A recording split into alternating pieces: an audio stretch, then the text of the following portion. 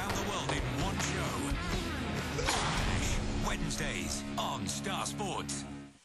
In the journey to the 2012 London Games, there are untold stories of determination and inspiration. Get an insight into the events, the athletes, and the teams. Don't miss out on the fascinating eye-opener to the world's biggest sporting event. When the Games begin on ESPN. This program is brought to you by Tata Docomo, by the second always. This event is brought to you by Achilles, tire you can trust. And Evian.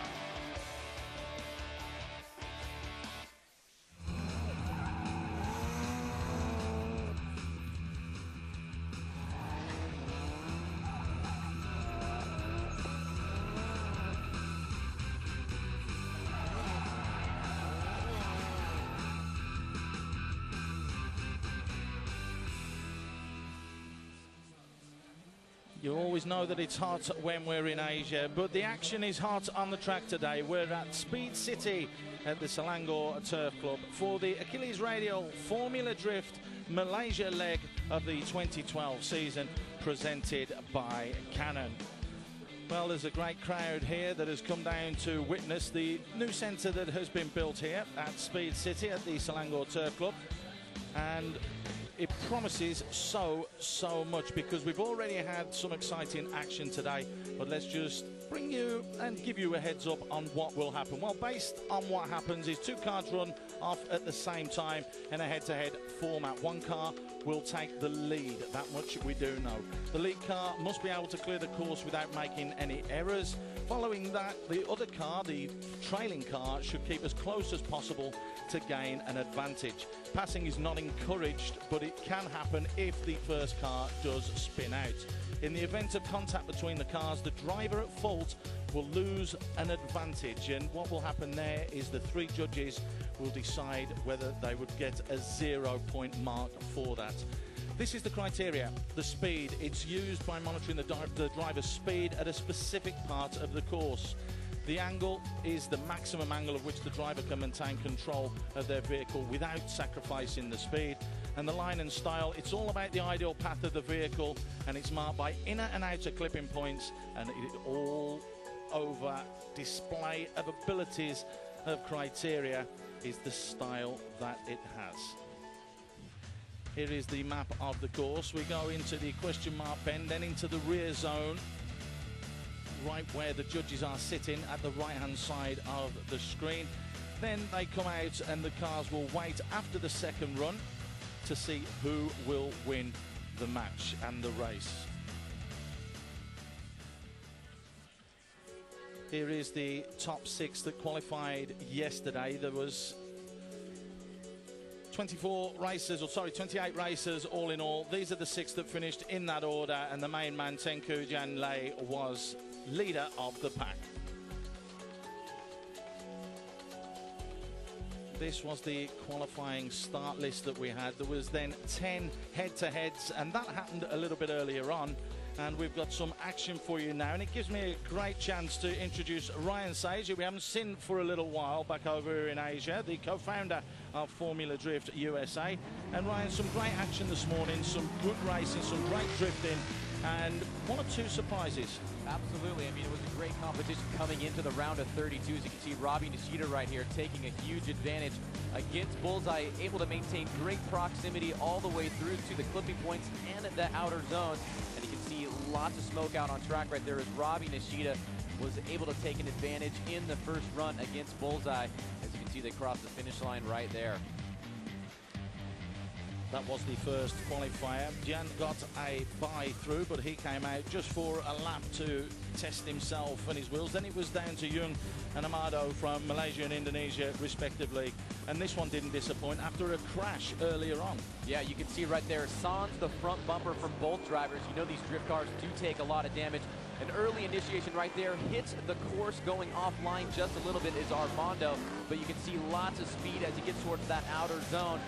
But Iyun Chern sticking it to him inside right there on that clipping point, and then transitioning back around to the finish line as they cross right through. And Iyun Chern would be our victor and move on into the round of 16. It was a good performance from him in the end. as Kelvin Raju took on Mervin. The two Malaysians going head-to-head. And this was a great battle from the get-go. You can see tons of speed coming down the front straight. A nice initiation right there by Mervin Nakamura. As he transitioned to the outside, he takes a great, nice line.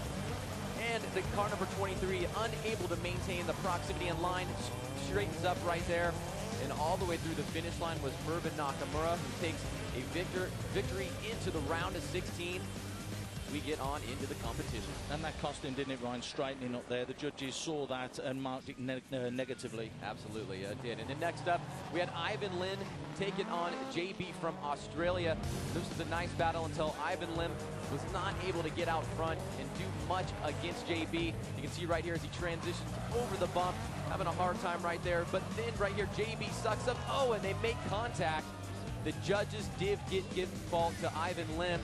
So JB would move on and advance into the round of 16. TTW went up against D1. And after the stuff that we just saw there with it coming together and the crash, again, bumpers missing, we can see there has been one or two incidents throughout the qualifying, hasn't there? And here was another one right here. Drivers became very apprehensive. They were seeing how the judges were ruling on contact. Tontot Way was maintaining a pretty good proximity and line. But then you can see right there with the spin out, it caused him to make contact, and the judges did award Tontot Way the victory. Odd from Thailand took on Dika from Malaysia, one of the home favourites going into this, expected to win, and it was a close fought encounter, wasn't it? Well, and also Ode is one of the highest qualified drivers, but he just was not looking like himself today. He made a ton of mistakes. Right on the first turn, he was taking out some clipping points and zones and going offline and was just not able to put together a good run. And so we saw Dika taking the win here as he crossed the finish line, and Ode just not able to put together a run. That would be something that you would see from him quite often. That was one of the surprises that we alluded to earlier. Singapore had Janssen coming up against none from Thailand, and the Thai, well, steamed to victory really, didn't he? Well, yeah, you know, he was our second in points last year. He came very, very close to a championship, but Janssen Tan just was not able to get his car working properly. He suffered from a lot of different mechanical mistakes, and with a driver such as non-overdrive, always being consistent, hitting those clipping points, getting towards the outer zones, he made easy work of Janssen Tan and moved in to the round of 16. Well, you are allowed to hit the cones and clip if you are just joining Formula Drift for the first time, as long as the car is drifting and not driving over the cones. Rendai from Indonesia took the lead against Hanizam from Malaysia. And again, it has been tough the qualifying today. We saw yesterday's qualifying and practice rounds yesterday. But today, it's been a bit more intense, hasn't it? I think so. You know, once you get into the tandem battles and out of qualifying, the driving level starts to go up a little bit. Drivers do get apprehensive, they get nervous, they get tense. You can see right there that Rowdy Renati Arrington making a huge mistake by not only hitting cones, but going way offline right there. The judges take note of that. And Hamazan did a great job in the chase position. They did award him the victory, and again, he's going to be moving on to the round of 16. Rio SB took on Mai from Thailand, and again, eyes were looking on Mai to come through this one, but it didn't transpire that way. And this one went to a one more time, didn't it? It did go a one more time. There was some contact. Again, we had a lot of contact in the round of 32. The judges had to make some decisions on who was there at fault, and at the end of the day, they decided to go with Rio SB on this one as he transitions towards the finish line. You can see right here coming across and making short work in that one more time battle. One more time battle means that if the judges are unsure after the two battles that have ensued, they are allowed to ask the cars to go through one more time, and that's exactly what happened. There, of course, was the top six that qualified automatically. Robin Ishida, Lee Young-chun made it the top 8. And the other 8 qualifiers and winners to go through are there. Look out for Arido in the middle, the Japanese driver. He's definitely one to keep an eye on that could cause a problem today. Well, the crowd are enjoying themselves. The sponsors are here in full force, and the drivers have been signing autographs. There have been displays, and it's now time for us to head off for a short break. But when we come back, we are going to have that round of 16. All the great action coming to you from Malaysia after this short break.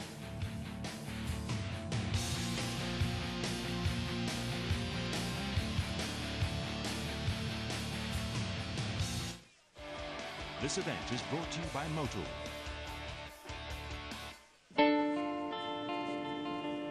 When you demand safety and performance from your tire,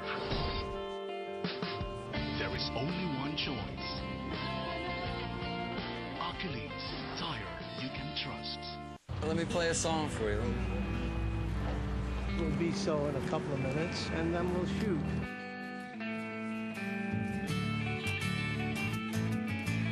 Fabulous. Fabulous. There, great. That's perfect. Beautiful, right there. That'll do it, man. Right out of the can. For the master craftsman, Canon, delighting you always.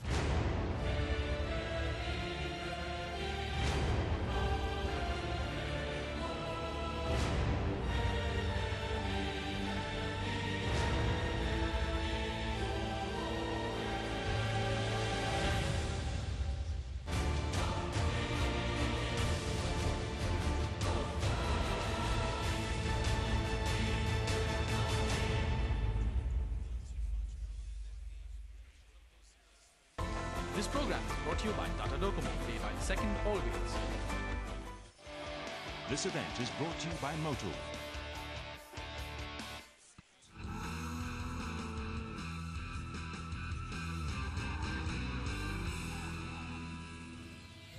Welcome back to the Achilles Formula Drift Series 2012. We are at the Malaysia leg, which is Speed City at the Selangor Turf Club, presented by Canon.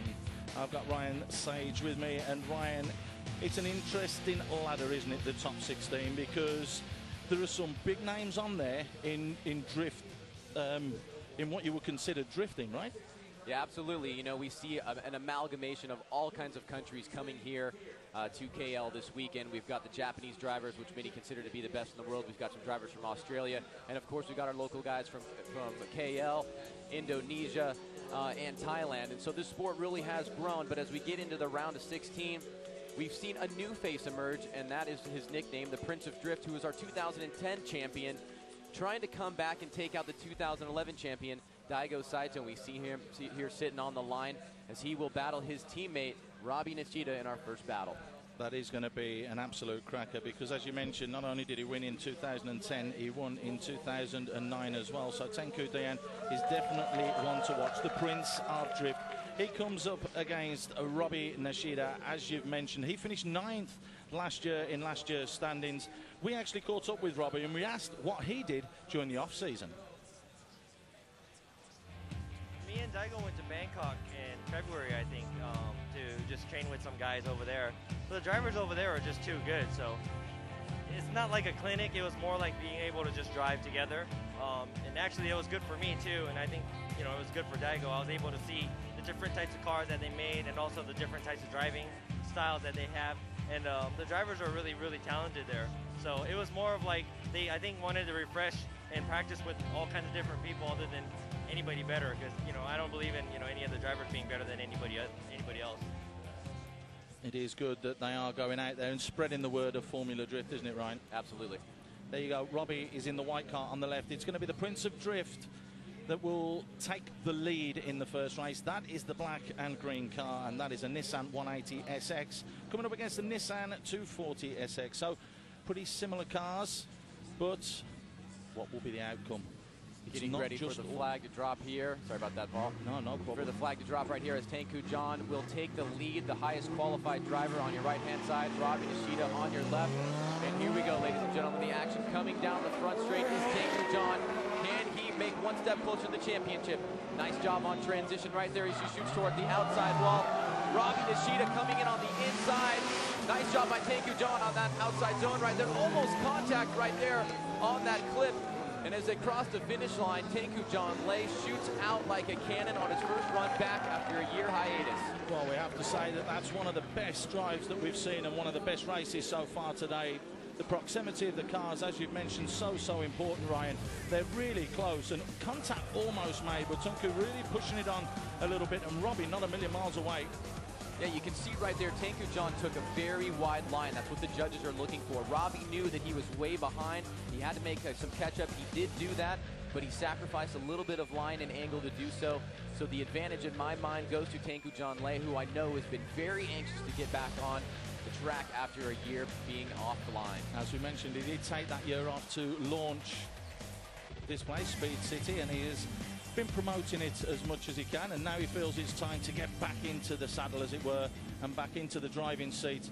Although he will be following now. It's going to be Robbie that will take the lead. Finished in the top 32 in Malaysia last time out. Of course, Tinker Liang won here in KO, and they go for the second run, right? Here we go. Robbie Nishida coming down the front street. Let's see how he initiates. Nice job right there. Very wide. But look at Tanku John Lay right on the back bumper. Good proximity right there. Tanku John shallowing up just a little bit. Now trying to close the doors. Robbie Nishida doing a good job in the lead position. Transitioning back around. Nice job on that inside clipping point. And Tanku John Lay just almost closes the door right there. So Robbie Nishida able to redeem himself just a little bit from that previous run.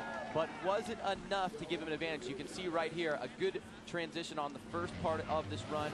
Nice wide line, but Tanku John Lay, look how close he is. He does not make too many adjustments to get up close to Robbie. He knows he has a little bit of an advantage, but then right here he starts to close the door just a little bit across the finish line. So now the judges will look at the run, process it, and hopefully come up with a winner. But there also is the option of a one more time battle. Well, the one more time, as we mentioned, if the judges are unsure, then they will ask the competitors to go out one more time. Fantastic race, though. And that is by far the best that we have seen so far. Well, it's been given to the Prince of Drifton, and you can hear what the crowd think of that. The local favourite advancing, Ryan. So right there, Tanku John Lay one step closer to regaining his championship. I know that he wants it. He will move into the round of 8 as Robbie Nishida bows out, and we'll head back to the paddock before we get into our next battle in the round of 16. He qualified first from the qualifiers yesterday, which enabled him to have that bye this morning. Riding, of course, for the M7 Bridgestone team. This is what we've got next. Mervin Abdullah from Malaysia takes on E Yung Chern.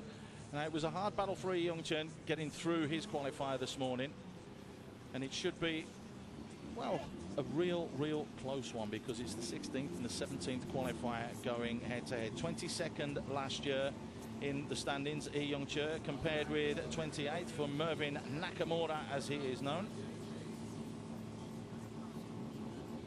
What do we expect to happen in this one, Ryan? Well, you can see right here, E Yung Chern finally got that bumper back on that car, so his car's looking good. At least he will take the lead out here as he's the highest qualified driver. Nice initiation right there out of the get-go. Mervin Nakamura trying to make up a little bit of ground here. 3 car lengths between each driver. Mervin Nakamura taking an inside line and now closing the door right there on E Yung Chern. Sacrificing a little bit of angle in doing that, though, as they come across the last outside clip. A nice lead run right there by E Yung Chern, but Mervin Nakamura not too shabby himself. He made a nice aggressive move on the inside. He did sacrifice some angle, though.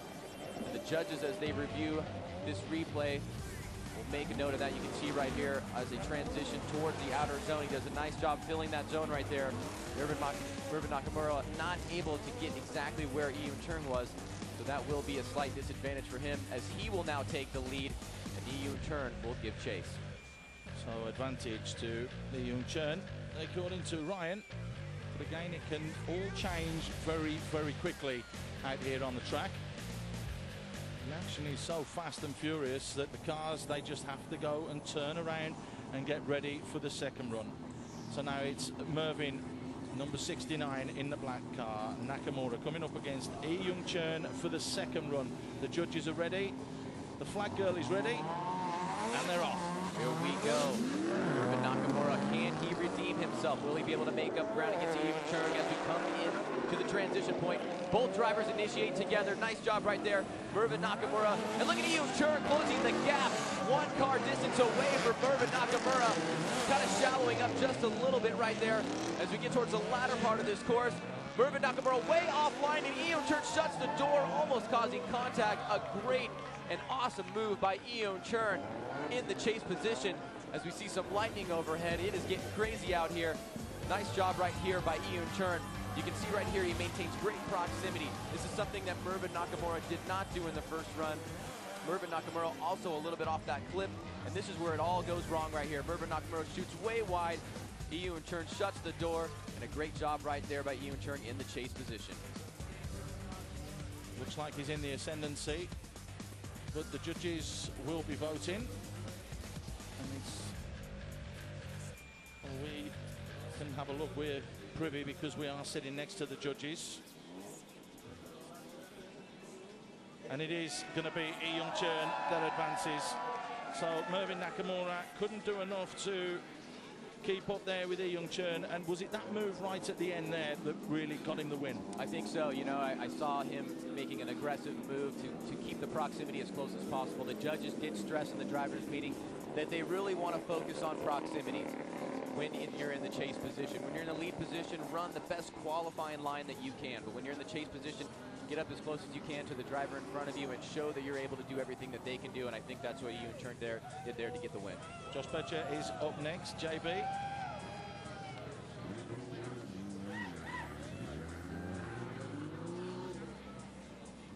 He's taking on Diego Saito, which he is the best in the world at the moment, or one of the best, but he is coming up against a young competitor, Josh, and we managed to catch up with him and we asked him about his thoughts on winning Rookie of the Year 2011. Yeah, that was it's a really good year. We did it a bit difficultly. We had 3 different cars with 3 different rounds, but we got a really good result. This year we're looking at the same car every round, so we're excited to be, you know, consistent all the year through with the car. So hopefully we can even improve on last year. He will want to improve, but as mentioned, coming up against #1, last year's reigning champion, Diego Saito, and I know that he started racing it over in America, which has really impressed you as well, Ryan. It certainly has. I mean, many people consider Diego Saito to be the best drifter in the world. Arguably, you could say one way or the other, and going up against Josh right here as Rookie of the Year, a great battle to ensue, but Diego Saito is one of the best drifters in the world, and it will be a big hill to climb to be able to make it in the round A for JB. But we will find out right now whether or not he can do that. Off they go. He's in his new Lexus this season as well, so he's got the pace and the power in the car. And already Diego Saito off to a little bit of a lead right there, pulling 2 to 3 car lengths out ahead of JB as JB tries to close the door a little bit. And look at the front brake light right there. That means Diego Saito is on that brake all the way through, and JB not able to maintain much proximity at all to Diego Saito. That car had so much grip. It is so quick, and we saw right there why he is considered to be one of the best in the world. But now he will go into the chase position. You can see right off the bat 2 to 3 car lengths that Diego Saito has on JB. And if you guys are at home or watching, you can see the front brake light on the windshield of Diego Saito. That means he is braking and accelerating at the same time. That shows you the skill that he has as a driver as JB tries to catch up and cross the finish line with Diego Saito. Unable to do that, and clearly an advantage for the champion. Was that near enough the perfect run though, Ryan? Because it looked smooth, he was drifting well, the car was moving and doing exactly what he wanted, and he kept that lead, didn't he? Absolutely. It's what you would expect from a champion. I know, even though that he is a reigning champion and he won every round last year, he is a true competitor and wants to keep winning. To be able to do so, he's got to take out JB right now. So JB at a slight disadvantage in this first run, but can he make it up in the lead position? 6th last year in the Formula Drift Championships. 2 top 8s in Singapore and Indonesia. Made the top 32 at the race here in Malaysia last year. So he's already done better than he did last year. They're all set to go. And JB will really have to push straight from the flag go. There you go. The flag drop right there. Josh Bosher heads out front.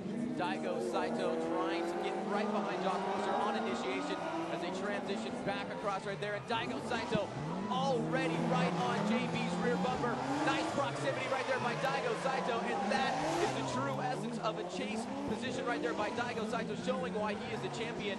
And I gotta say, making quick work of JB, a valiant effort by Josh Bosher, but Daigo Saito, the true competitor, does absolutely phenomenal in the chase position, and I have to imagine the judges are going to be unanimous. As you can see right here, a perfect and flawless example of a chase run.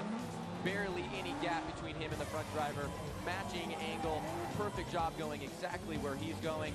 And as they cross the finish line, he puts one more pressure down on the accelerator. And Daigo Saito, I have to imagine, is going to be moving on into the grade 8. You can do that, Con. You can put the pressure on, and that's, I mean, he can put his hand out of that window and literally touch his car. Absolutely, yeah, that is the phenomenon. That is Daigo Saito, and showing right there why he is the champion. Decision has been made. It is Daigo that advances. Just like you called it, Ryan, absolutely spot on. Absolutely fantastic drive from Daigo Saito.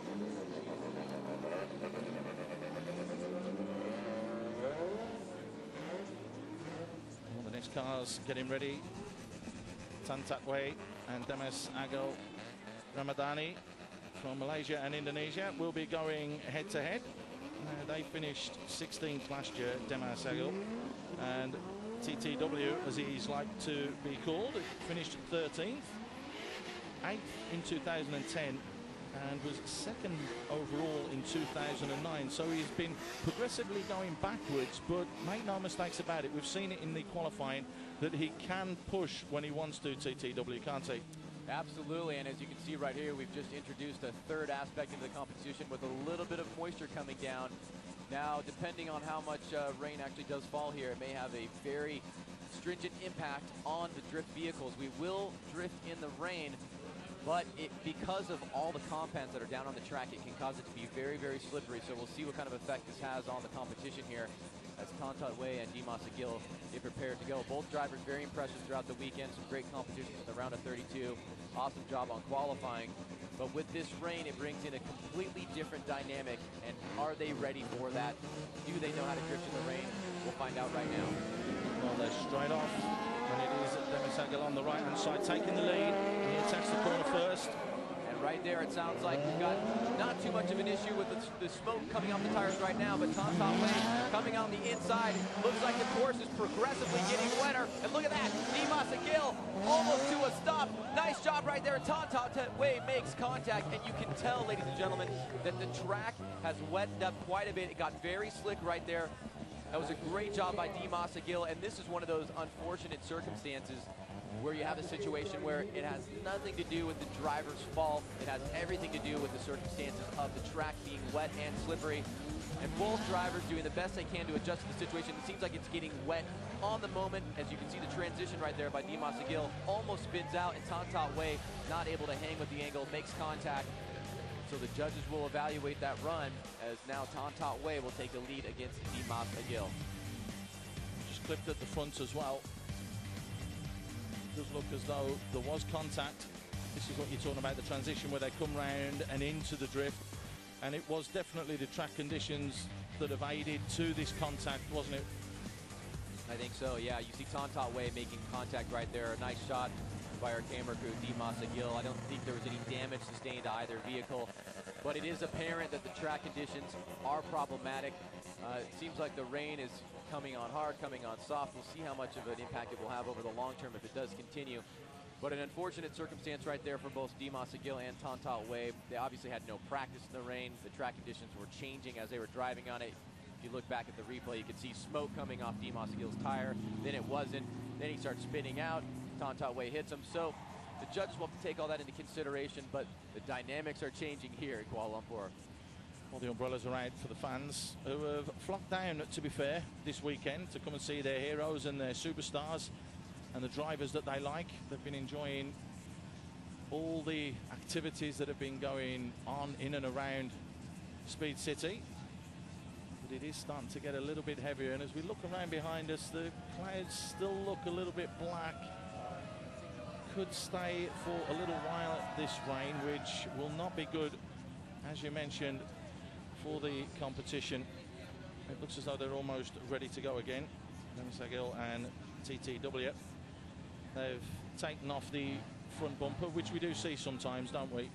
Yeah, we will see the removal of the bumper. If there's contact or damage, just get it out of the way so we can move on with the competition.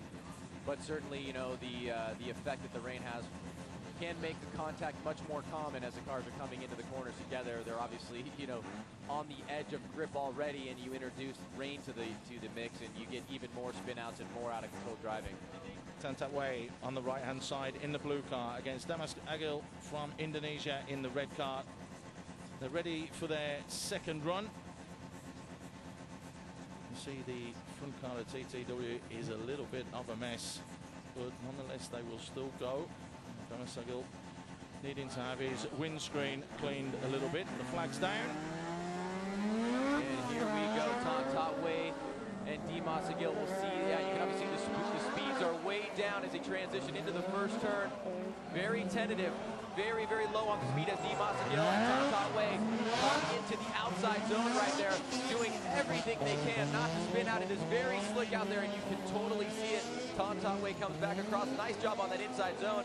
And you have to give it up for the skill of these drivers in these conditions. It literally starts raining. They make adjustments, and they're able to put on a show for the fans. But it is wet out there, and Tantatway and Dimas Agil doing a great job. You can see the speeds are down, and there is a tendency for these cars to want to slide out as soon as you get them into drift position. But both drivers able to maintain some drift going through off those clipping points just a little bit. But in these conditions, that is pretty much all you can ask for as they cross the finish line together. And the judges will deliberate and give us a victor. That's the quality of the drivers, though, isn't it? Like you've mentioned, they were running at 57, 58 to 62 kilometers an hour yesterday. They've reduced the speed, but they're still getting the drift. And the quality and the control to be able to hold it going in and out of the turns is amazing. Yeah, it really is. You know, it shows the skill of the drivers. And look at this, Dimas Agil moving on, doing enough in the judges' eyes in this rain. He will move on into the round of 8 as Tantatway heads back to the paddock. A valiant effort by him. And you got to give him all the credit in the world for making the adjustment to the rain. It had nothing to do with him. This is the way it goes sometimes. But Dimas Agil moving on into round 8. Finished 16th in last year's tournament. And that was courtesy of 2 top 8 finishes in Indonesia and Jakarta. So the rain is still falling. It's getting slippy, it's getting slidey. The umbrellas are up. We're hoping that the rain will go away. We need the sun out because these drifters are here to perform for the fans that have flocked here and for the fans at home to see and enjoy what is Formula Drift. We're going to head for a short break now. We've seen the first 4 rounds of the last 16. We'll have the next 4 rounds coming up very, very shortly.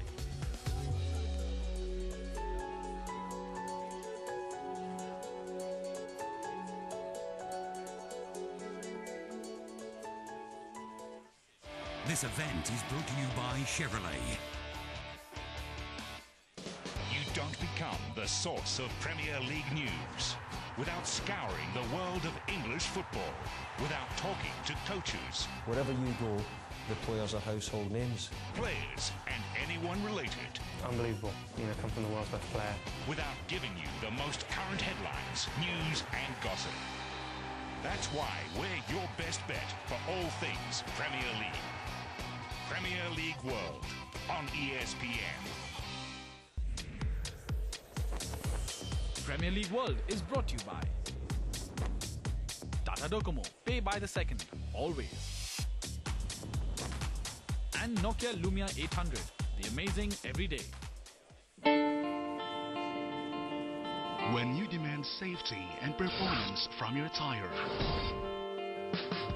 there is only one choice. Achilles tire you can trust. This event is brought to you by Motul. As we're starting to see maybe the rain let up a little bit, but the puddles are still out there and there's a lot of standing rain as we get into our next battle. Hanizam bin Hamza will take on Emmanuel Amandio.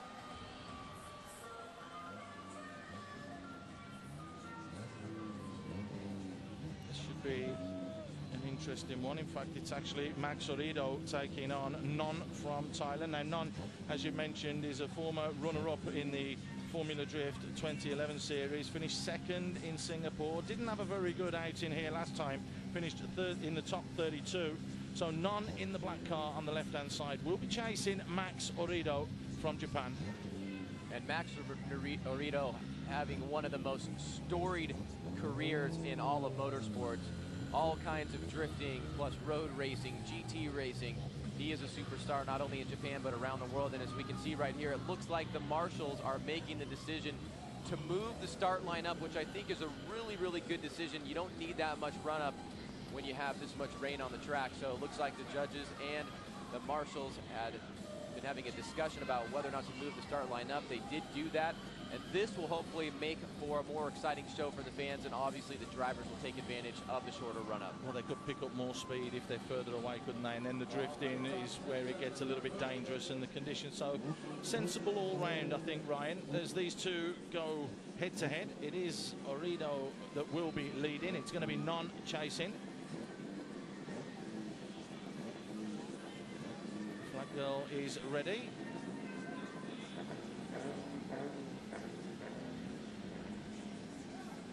Just one or two little issues there. The flag girl finally gets herself sorted. The flag goes down and they're off. Our first start from the short start line. Orido transitioning into the first turn. Nice job right there off initiation. But look at Non. Look at that proximity, ladies and gentlemen.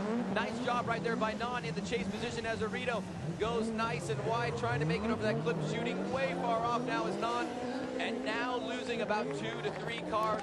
It's non-overdrive to Orido. But obviously a very smart decision by the marshals and the judges to move the start line up.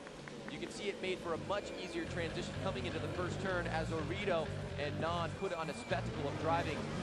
And right out front, non-overdrive, doing a great job on proximity and maxing out the angle. He overshoots this clipping point just a little bit right here, giving Orido an opportunity to make about 2 to 3 cars out front as Non takes out that clipping point.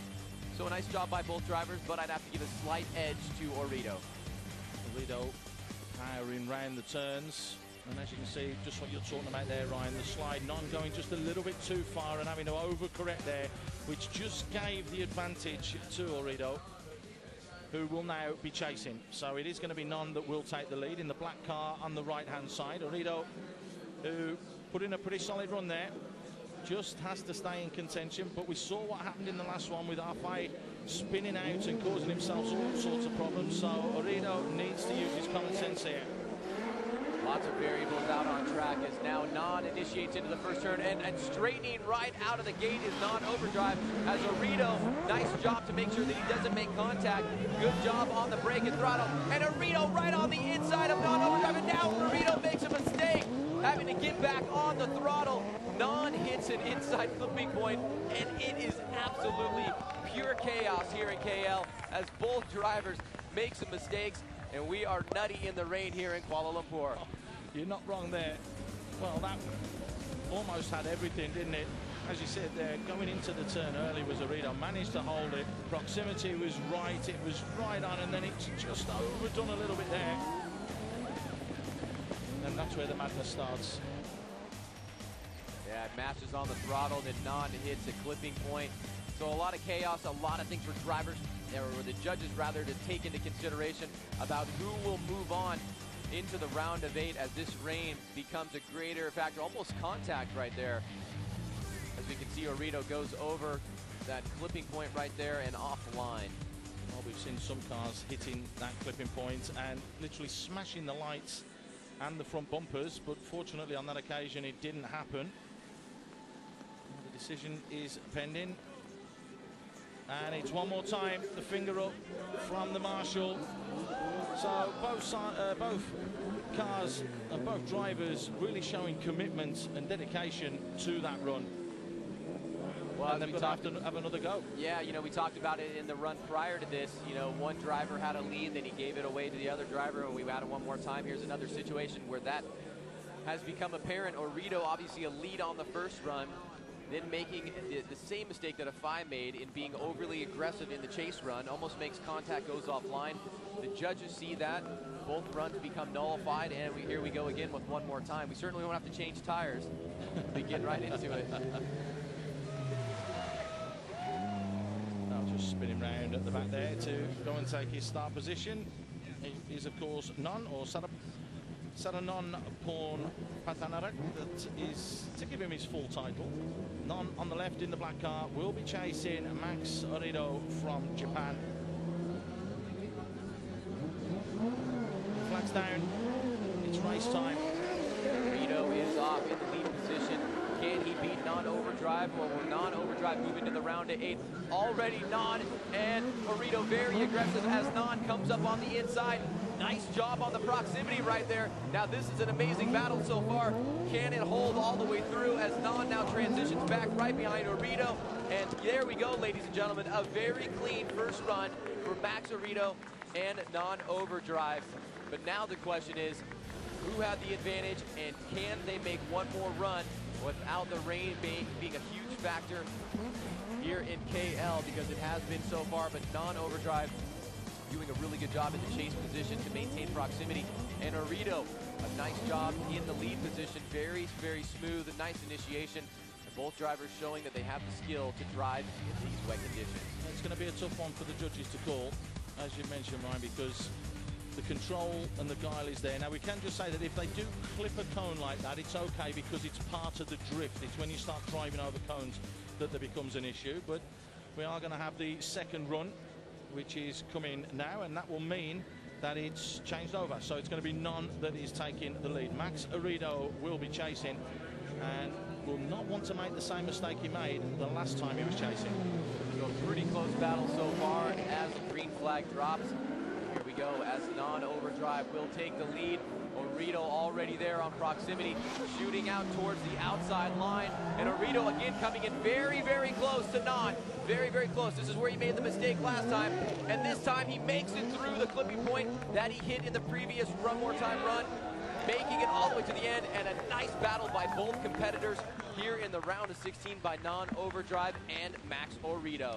Is that one too tight to call, Ryan? Because both runs there were magnificent. Yeah, I think so. You know, both drivers gave it their all. I think Orito on the proximity right here, maybe a slightly better angle and line than Non in the previous run. But again, it was very, very close, and I give all the respect in the world to Non for his lead and chase runs, but it really comes down to the judges. Do they think it deserves another one more time, or will we have a winner? We can have unlimited one more times, depending on what the judges think and what they see. You can see how close these cars are, and they're still going at pace, and in these conditions it is not easy at all. Well, the marshal ready to assist with the decision.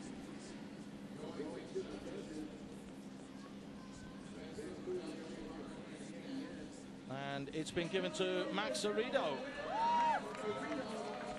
Is that a good call for you?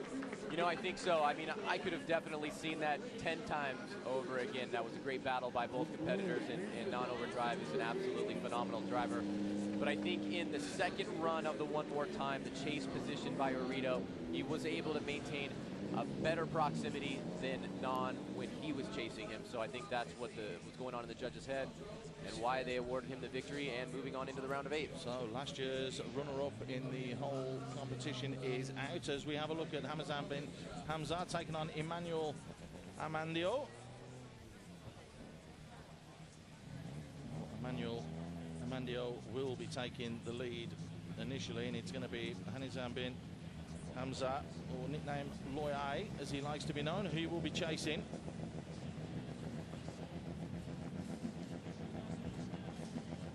Conditions have played their part. It looks a little bit clearer behind us, and it looks as though it's going to blow in, and hopefully we can have a little bit of sun at the end here at Speed City. And it's on the left-hand side. Amandio will take the lead in the green car. We saw him lose a bumper this morning as well. So it's going to be interesting to see how he attacks this course now, particularly in the slicker conditions. Yeah, you can see right here the drivers making last-minute adjustments. Thankfully, having windshield wipers to clear the rain. Some drivers opt not to have that, but out here in Southeast Asia, definitely a good idea, as both drivers will give their first crack at this short start line here in the round of 16. Amandio and Hanazan. Amandio on the right-hand side takes the lead, attacks the bend first, and goes into transition. Oh, and all Hanazam, a very overly aggressive initiation, almost going off course. And Amadio is way out ahead as he takes a lead here against Hanazam, who's playing catch-up now, trying to get back to Amadio, who crosses the finish line. But it was all about that first initiation by Hanazam, not able to anticipate where Amadio was going and almost goes off course, hits a big puddle of water. You can see right here, boom, a big puddle of water spraying everywhere. Amadio does as well, but he at least is able to hold some level of control as Hanazam is way, way back there, and Amadio off to the races. It looked as though there was a bit of contact there as well. The back bumper of Amadio just hanging off the back right driver's side. There's that water you talked about. That's the standing water that's right on the corner there, just at the top of... There is just a slight little dip, isn't that? Where the cars have to turn into straight away. Yeah, there is some uneven pavement here on this course, and it has a tendency in certain areas to accumulate rain, and so you'll get these standing puddles of water in some areas, and then you'll get areas that are less covered by water. And Hanazam obviously being a victim of that in this first run right here at a big disadvantage. And sometimes in these conditions, you know, the line that you want to take might not be the best one from a competition standpoint, but more so just to get through the run, to be able to try to take an advantage at least against your competitor. And Amadio right now is sitting pretty as he will give chase to Hanazam, who after that first run, hitting that standing water, has put himself at a big disadvantage. So would he only just need to complete the course and just get round it, be relatively close, can even fall behind just a little bit more, but the advantage is definitely with him now, isn't it? I think so, you know, I mean, in these kind of situations, you have to play it on a case-by-case basis, and with the rain that's on the course and the water that's been accumulating, and what happened to Hanazam the first time around, he really just needs to play it conservatively. But all these drivers have an absolutely huge competitive spirit, so who knows what can happen. We saw it with Arito, we saw it with Alfai. These drivers get out there, they forget sometimes that they've got an advantage, and all they need to do is just make it through the course. So we'll see what happens here as the second run of Amadio and Hanazam comes to fruition right now. Here is the judges area. We are sitting by that monitor that you can see on the right hand side, but just next to us are all the judges, and the judges are Andy Yen, who's an official Formula Drift USA judge, Dario Yoshihara and Benjamin Koo. We're ready to go now. Amadio is on the left hand side in the green car. He will be chasing. All he needs to do is not spin out, and surely he will go through, but you never know. So Hanazam conservative into that initiation, not even initiated. Now Amadio with nowhere to go almost causes contact. Hanazam choosing for some reason, whether it be mechanical or actually by itself in its own right, choosing not to drift. Hanazam is basically shut down the competition, and Amadio is definitely in the good position right now. He was avoiding contact with Hanazam, who did not initiate or drift into the first turn. And after that first run, I have to imagine the easy answer for the judges is a win for Amadio. Hanazam having to evaluate. So you can see right here, he doesn't initiate into the first turn. Amadio does a good job avoiding contact. And I've got to call air there and fall to Hanazam, who just refused to drift throughout the rest of the run. Amadio really can't do much, but just kind of sit behind him and get through the course. So a very uneventful run right there, as I have to imagine Amadio will get the win. Yes, you're quite right. It has been given. You can only think that, as you mentioned, it must be something mechanical with the car. What we can say at this point is that each driver throughout the competition is allowed a 5-minute, what is almost considered a timeout. Now, we had one or two of those this morning, and I can't remember for the life of me if Hanazam, and I think he did, I think he used his 5 minutes this morning and didn't have enough time to get his car back out on track. Yeah, that might very well be the case. I think you're correct, you know, and sometimes you have to use the 5-minute rule strategically, and in this particular case, it came back to bite him. He wasn't able to get out on off track for a little bit to evaluate the car. May have had some water in the engine, who knows, but was not able to drift in the second run and giving the win to Amadio. The final race of the last 16 is coming up. Ivan Lau, we just saw there from Malaysia, will be taking on Rio SB from Indonesia. Ivan Lau, one of these first competitors as well. Finished in the top 4 in Singapore in 2011. Finished in the top 32 in Malaysia last year.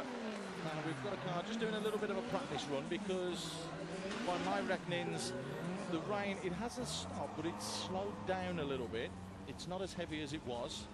So the car's just going out there to give all the other drivers the opportunity to see what the conditions are like. And again, this is common sense and this is good practice for everything for considered drift, isn't it? I think so. You know, the marshals have made the decision that in the best interest of the show, let's get the drivers out there to at least test the conditions as they're changing and evolving constantly with more rain, less rain. As the tires are getting out on course and warming up, it definitely has an impact. And I think it's a great decision by the marshals to let these guys go out there and run the course a couple times. And ultimately, it's only going to give us a better show. We've already seen some fantastic driving, some wonderful control. We've seen a few little bumps and nicks as well. It's all going to be about the last race for the 8th spot. The car's moving into position. Ivan Lau on the right-hand side there. Finished 20th overall last season. Came out and waved to the crowd today, and they were very, very appreciative of him. Rio SB, or Rio Saputro Widihayo from Indonesia, to give him his correct name. Wants to be known as Rio SB, which is a good thing because it is a mouthful to try and get his name out. And Ivan Lau on the right-hand side will be taking the initial lead. This is the final race for the round of 16.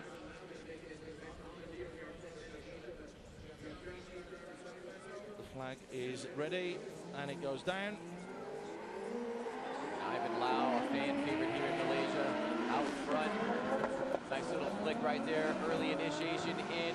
Puddles of water splashing everywhere. And Rio SB already coming to a stop as he overcorrects. And Ivan Lau proving to be a veteran in the rain. No problem out front for Ivan Lau. Rio SB now playing catch up. But after a huge mistake, and listen to the crowd roar. An absolutely popular driver here in Malaysia is Ivan Lau, and a wonderful job in the lead position. Look at that very aggressive flick considering how wet it is out there. And Rio SB not able to maintain traction, goes offline, almost spins out, and then is playing catch up to Ivan Lau, who floats through the course like it is absolutely no problem to him. Great job by Ivan Lau in the lead position. Hits that huge mound of water that's just formulated at the bottom of that little incline. It's only a slight incline, but again, we have seen today, particularly with the conditions like this, that anything could happen. Did ever so well to try and get back on track. But Rio SB is going to have to, well, he's going to have to push to try and get victory and get through to the last 8. Yeah, I think so. And you know, the skill of Ivan Lau is obviously apparent, but look at the chassis that he's chosen to use. The car, it's very small, it's very nimble. It's able to maneuver through the rain a little bit better than some of these bigger cars with the longer chassis. So here we go. Rio SB out front now as Ivan Lau will chase him down. Quite a few car lengths out in front. But I think Ivan Lau knows that he can play it a little bit conservatively given the mistake of Rio SB as they come into the first inner clipping point, into the second inner clipping point, and across the finish line. We see a nice lead run right there by Rio SB, but will it be enough to overcome the big battle up front by Ivan Lau? Well, as you mentioned, Ivan Lau was flawless on the way through initially. He's a little bit behind there, though, and you've mentioned that you do need to be in close proximity. Manages to close that gap a little bit and finish not that far behind Rio. So, what would your call on this be? Because the judges are going to go which way? I think you have to go with Ivan Lau, and you know, sitting right below us are the spotters for the drivers who are communicating what the other driver is doing on course at all times. I have to imagine that Ivan Lau's spotter let him know that Rio SB had a hard time in the first run, and to play it a little bit conservatively, and that's what he kind of did there. You know, he did play it conservatively when he didn't need to, and obviously he will be advancing into the round of 8. So we have our final 8, and it is the Malaysian that marches through to that last 8. Ivan Lau will go back round. He will come up against Emmanuel Amandio, who we saw race just a little bit earlier. The rain is still drizzly. I think that's the best way to describe it. So it's still playing havoc with us here. as the confirmation of the top 8 come through. Tengku Janlei, Lee Jung Chern, Diego Seato, Demas Agil Ramadani, Andika Putra, Manabu Orido, Emmanuel Amandio, and finally Ivan Lau. Well, more great action coming your way. We have got the top 8. They're going head to head, but there can only be one winner. Top 8 action after this.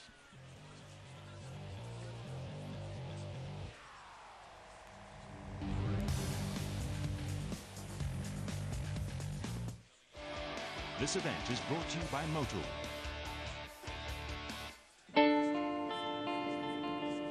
When you demand safety and performance from your tire, there is only one choice. Achilles tire you can trust. You fear that India are bringing down the curtain. Don't him! Yummy, yummy, yummy! You can be their boy again. Some say a race is only about blistering speed and burning rubber.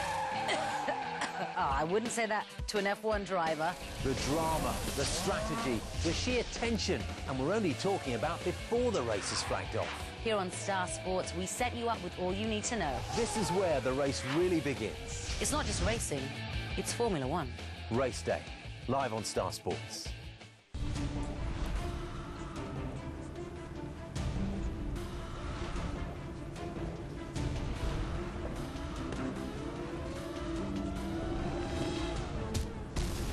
ये मुक्का जिसने Beijing Olympics में भारत को एक bronze medal दिलाया था, अब London Olympic में गोल्ड के लिए तैयार है। मैं विजेंद्र सिंह, एक ओलंपियन, लेकिन उससे पहले एक Indian. A very rainy welcome back to the Achilles Formula Drift Malaysia leg of the 4 series event that will happen the 2012, presented by Canon. We are at Speed City Selangor Turf Club. We have our top 8, that much we do know. That will be whittled down to be one winner. Here it is, the Prince of Drift will take on Jung in our first race. Then Diego will take on Demas Agil, Dika Sike Orido, Amandio, Ivan Lau. Then we'll go to the top 4, then the top 2. We managed to catch up with the Prince of Drift and, well, have a few words with him and hear what his game plan is.